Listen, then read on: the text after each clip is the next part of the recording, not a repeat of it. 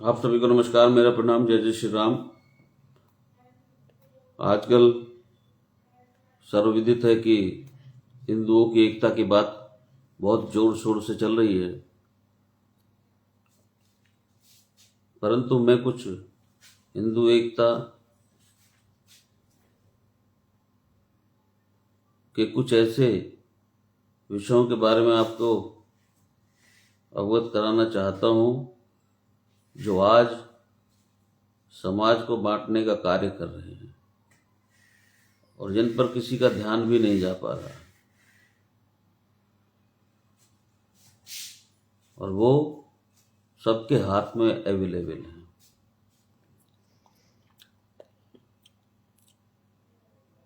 वो जो कार्य कर रहे हैं, जितने भी ये यूट्यूबर्स हैं, सब निरर्थक कार्य में लगे हुए हैं।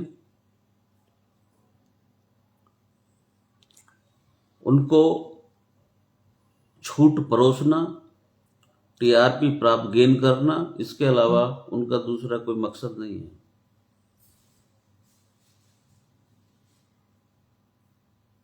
और मैं उन यूट्यूबर्स को कहूंगा कि वो मेरी बातों को सुने, ध्यान दें कि क्या आप वास्तव में खुद को, अपने स्वयं को और अपने परिवार को और भारत को इस्लामिक अत्याचारों से बचाना चाहते हैं? यदि वास्तव में आपके अंदर यह सद्भावना है तो इसके विषय में मैं आपको 2-3 चीजें अपने अनुभव के आधार पर मैं आपको बता रहा हूं।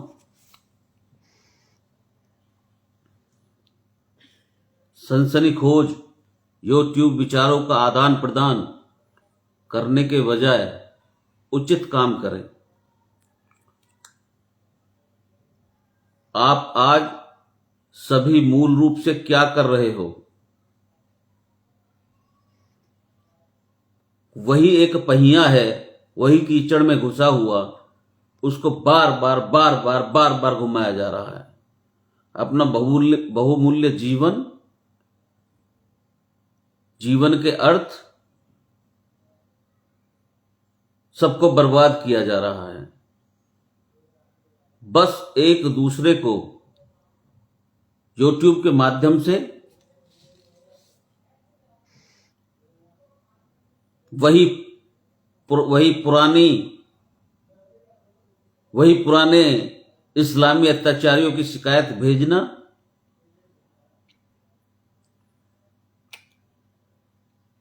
यही यूट्यूबर्स का अब एक कार्य रह गया है।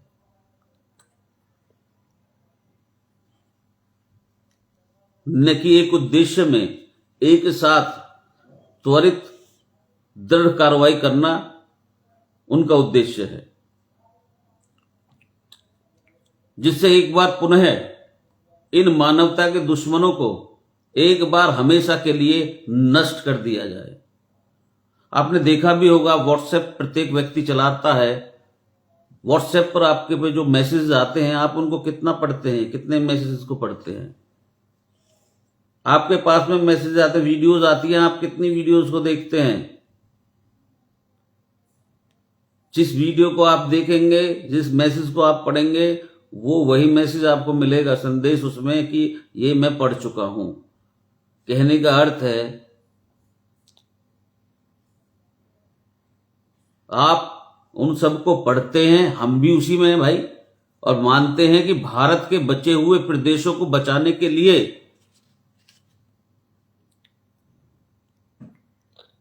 यह कार्यवाही बहुत उचित है।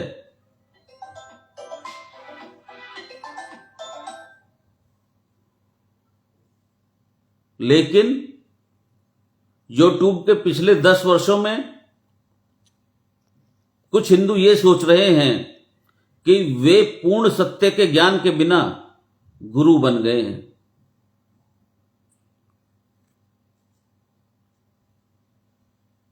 देखिए भाइयों, समय की बर्बादी बिना किसी ठोस प्रशिक्षण के हिंदुओं को बुराई और ईश्वरीय गुणों के बीच शिक्षित करना, यदि कोई मूर्ख आत्म साक्षात्कार के बिना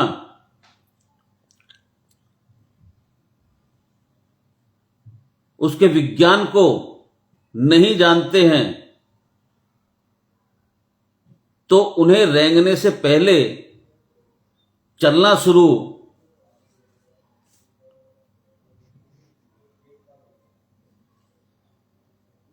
करना होगा। पहले खुद को इस विषय में शिक्षित करना होगा, सीखना होगा। हम जब भी इस तरह का मामला कहीं पर उजागर होता है, उठता है, तो हम वही पुरानी सभी बातों को रिपीट करना शुरू कर देते हैं कि वो आया था, औरंगजेब आया था, वो था, इतने हिंदू, इतने मुस्लिम आए, इतने अंग्रेज। इससे समाधान नहीं निकलने वाला।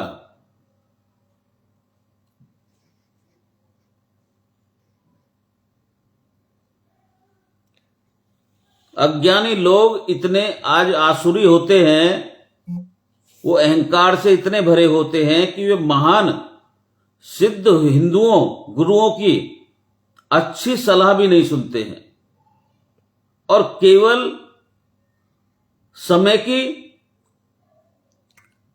हताश भौतिक राजनैतिक बर्बादी का वो पालन कर रहे हैं, जो लगातार एक परिवर्तनशील एजेंडा है और वो केवल अपने अहंकार को अपने घन में संतुष्ट करते थे। बस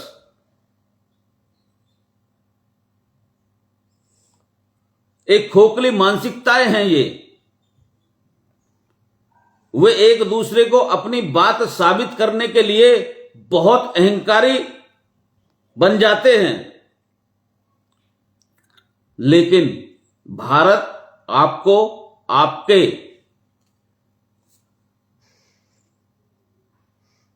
प्रियजनों को बचाने के लिए विश्व को सार्वभौमिक सनातन धर्म के प्राकृतिक कर्म सिद्धांत के एक सूर्य प्रकाश के तहत एकजुट करने के लिए समाधान को प्रतिबिंबित करता है। आप सभी इस्लाम के उस दयनीय जाल से बाहर न निकलने का कोई उपाय नहीं जानते हैं और अपनी ऊर्जा को गलत दिशा में वेस्ट कर रहे हैं, बर्बाद कर रहे हैं।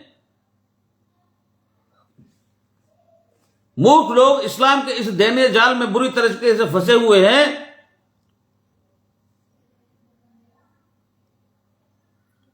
केवल शोर मचा रहे हैं कि ऐसा हो रहा है, हम यहां बैठ के बात कर रहे हैं, वहां ऐसा हो रहा है, वहां ऐसा हो रहा है, इस्लाम ने ये किया, इस्लाम ने हमारे साथ ये हुआ, लेकिन एक बार और हमेशा के लिए समाधान नहीं खोज रहे हैं।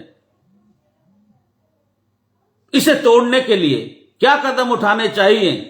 इस्लाम का जाल जहां से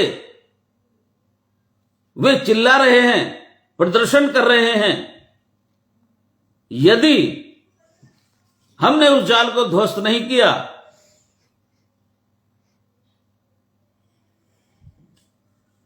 तो पूर्ण रूप से यह समस्या का समाधान नहीं होगा। आज अहंकारी हिंदू स्वयं धर्म के सिद्धांतों का पालन नहीं कर रहे हैं, स्वयं सार्वभौमिक कर्म के धार्मिक मार्ग का पालन नहीं कर रहे हैं, तो वे उस जाल से बाहर निकलने के लिए हिंदू विज्ञान के सबसे बड़े ज्ञान को कैसे लागू करेंगे, कैसे दूसरों को बताएंगे, कैसे समाज में फैलाएंगे, जब वो खुद ही नहीं इस विषय में जानते हैं। वो खुद फंसे हुए हैं इस जाल में। इस्लामी अत्याचारों में 1200 वर्ष, केवल इस्लामी अत्याचारों के 1200 वर्ष को दोहराने से समाधान नहीं मिलने वाला। लेकिन चेतना का विश्लेषण करने वाले, संपूर्ण ज्ञान को वितरित करके दूध का दूध और पानी का पानी करके इनके बीच का अंतर स्पष्ट करना पड़ेगा और उसको बताना पड़ेगा, समझाना पड़ेगा। एक बार आप इस्लाम के बुरे मनोविज्ञान को समझ गए तो जब से इस्लाम ने भारत में प्रयास किया है तब से हिंदू एक ही संदेश क्यों दोहरा रहे हैं कि ऐसा किया उन्होंने, वैसा किया उन्होंने, उचित कार्यवाही आखिर कर क्यों नहीं रहे।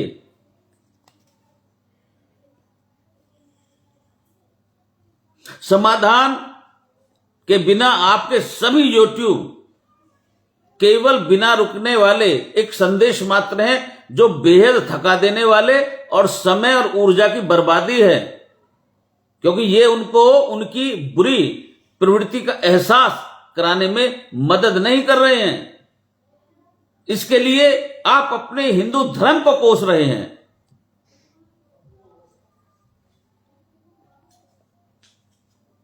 इसके समाधान के लिए प्रकृति के नियमों की व्याख्या की जानी चाहिए, चेतना को उजागर किया जाना चाहिए, कर्म के सार्वभौमिक नियमों पर चर्चा की जानी चाहिए, शरीर, मन और शाश्वत आत्मा के ब्रह्मण्य विज्ञान पर चर्चा की जानी चाहिए, ताकि व्यक्ति को आत्मज्ञान हो,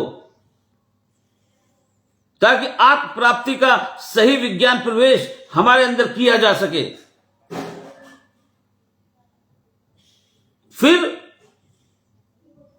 और तभी आप इस इस्लाम के जहरीले दांतों को नष्ट कर सकते हैं।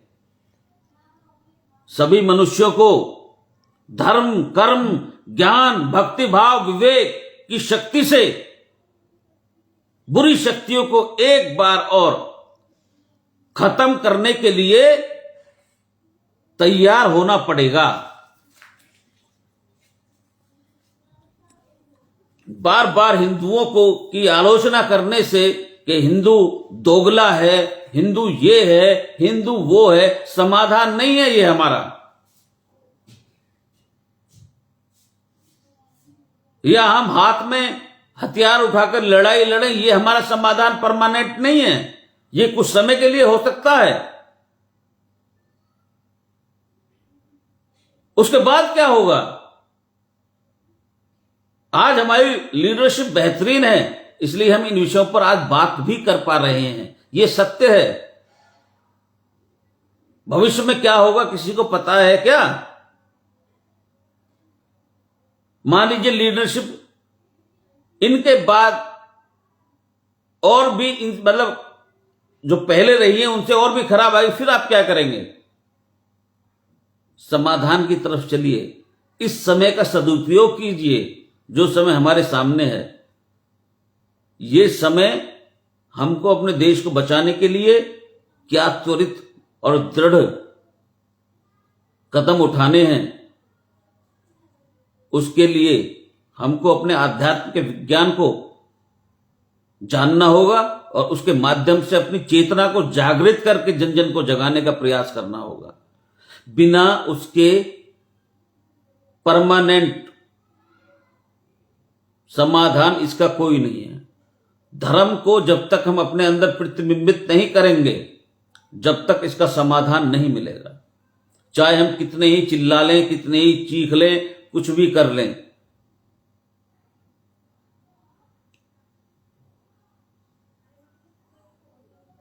उनका जो हमारे जिनसे जिन मानसिकताओं से किसी व्यक्ति से पर्सनल लड़ाई या कोई विवाद नहीं है, उनकी मानसिकताएं जिस तरह की हैं, वो मानसिकताएं उनमें कहां से आई?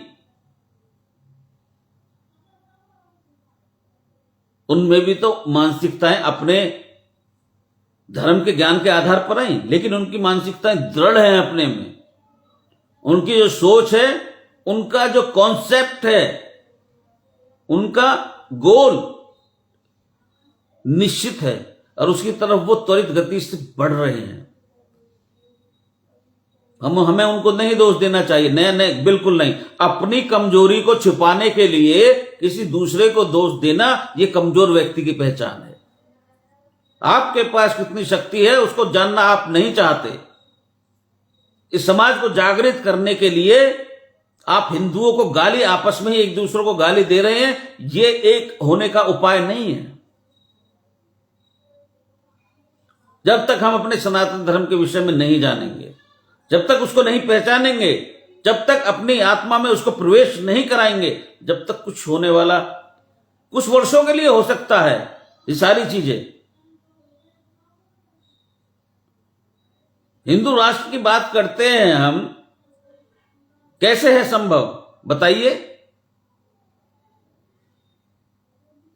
किसी के पास कोई प्लान तैयार है इसके लिए? ये सरकार ही कर दे सब कुछ। यदि हमारा बस चले तो हम तो ये कहें, भैया आ जाओ सरकार वाले, हमारे जितने भी ये नेता लोग हैं, हमारे घर में झाड़ू पोछा भी कर जाओ। अपनी भी जिम्मेदारी समझिए भैया। आपको तो ये लग रहा, कनाडा में मैंने एक वीडियो कल शायद इसमें डाली, पोस्ट करी, हर जगह क्या हालत हो रहे हैं आप देख रहे हैं दिन प्रतिदिन, और ये बढ़ता जा रहा है। केवल हिंदुस्तान ही से में ही नहीं है, कोई भी राष्ट्र इससे अछूता नहीं है, कोई भी देश इससे अछूता है नहीं आज की डेट में। वहां पर लोगों को खड़े होना पड़ रहा है पूरी ईमानदारी के साथ, पूरी निष्ठा के साथ, और जो लोग खड़े हो रहे हैं उनके पीछे यदि हम खड़े हो जाएं, हमको समर्पण करना होगा उनके सामने। यदि हम खुद लीड नहीं कर सकते तो लीडर के सामने समर्पण करना होगा और उसके साथ लगकर इस लड़ाई को लड़ना होगा। और देखिए, ये लड़ाई वो लड़ाई नहीं होगी जिसको हम वॉर कहते हैं, या एक वो हथियारों का वो कहते हैं लड़ाई, नहीं, ये मानसिकता की लड़ाई है। मानसिकता की लड़ाई को केवल सनातन के माध्यम से ही समाप्त किया जा सकता है। आप लड़के झगड़ के कितने दिन के लिए शांत करा लेंगे किसी भी व्यक्ति को?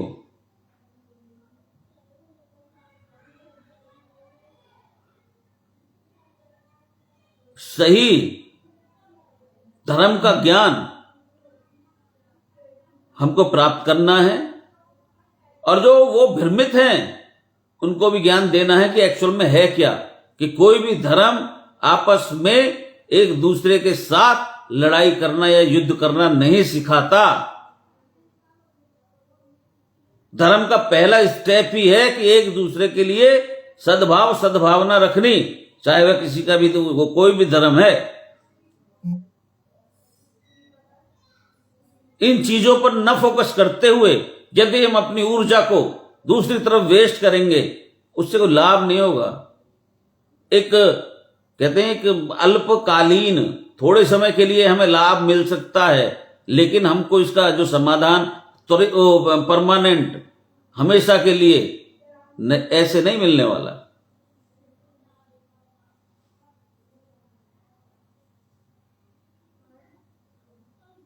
इसके लिए हमें उनको उनमें भी जाना होगा।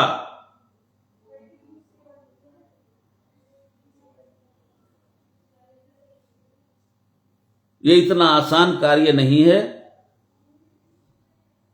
तो भाई, सबसे पहले तो एकजुट होना पड़ेगा, चाहे वो झूठे आधार पे ही सही, चाहे वो गाली देकर ही हमें होना पड़ रहा है, लेकिन उसके बाद जो हम नेक्स्ट स्टेप जो लेंगे वो इस परमानेंट इसका समस्या का सॉल्यूशन समाधान हम चाहते हैं कि देश को हमेशा के लिए इस समस्या से छुटकारा मिलना चाहिए। और ऐसा नहीं है कि केवल हम ही प्रभावित होते हैं इससे, वो भी प्रभावित होते हैं, लेकिन वो समझ नहीं रहे हैं अभी। यही समझाने का कार्य है और हमको समझने का कार्य करना है। भाई इतनी सी बात है, मानसिकताओं को बदलना है। मानसिकता नहीं बदली गई, कुछ भी कर लीजिए आप, कैसा भी कर लीजिए, कोई लाभ नहीं होगा। आपके दिमाग में तो दुष्ट प्रवृत्ति है और आप 20 हिंदुओं के साथ जाके खड़े हुए हैं, तो आप कितने दिन उनके साथ में कार्य कर लेंगे? सब तो यहां से चलता है ना, सब चीज यहां स्टोर है। एक सोच, एक मानसिकता ही तो सब कुछ कराती है। एक विचार क्रांति लाने के लिए पर्याप्त है। और क्रांति कभी हथियारों से नहीं आई, क्रांति विचारों से आई, जब भी आई है। इसलिए वो विचार पैदा कीजिए। हथियारों की क्रांति अगर कभी भी आई है किसी भी देश में, बहुत थोड़े समय के लिए आई है और बहुत कुछ बर्बाद करके चली गई है। लेकिन जब विचारों की क्रांति आई है उसमें समय अवश्य लगा है, परंतु उसमें समाधान। आप कई देश, मिस्र है, मिस्र में उसकी हथियारों की क्रांति आई थी, सशस्त्र क्रांति, उसके विषय में आप पढ़ लीजिए क्या हुआ उसका। फिर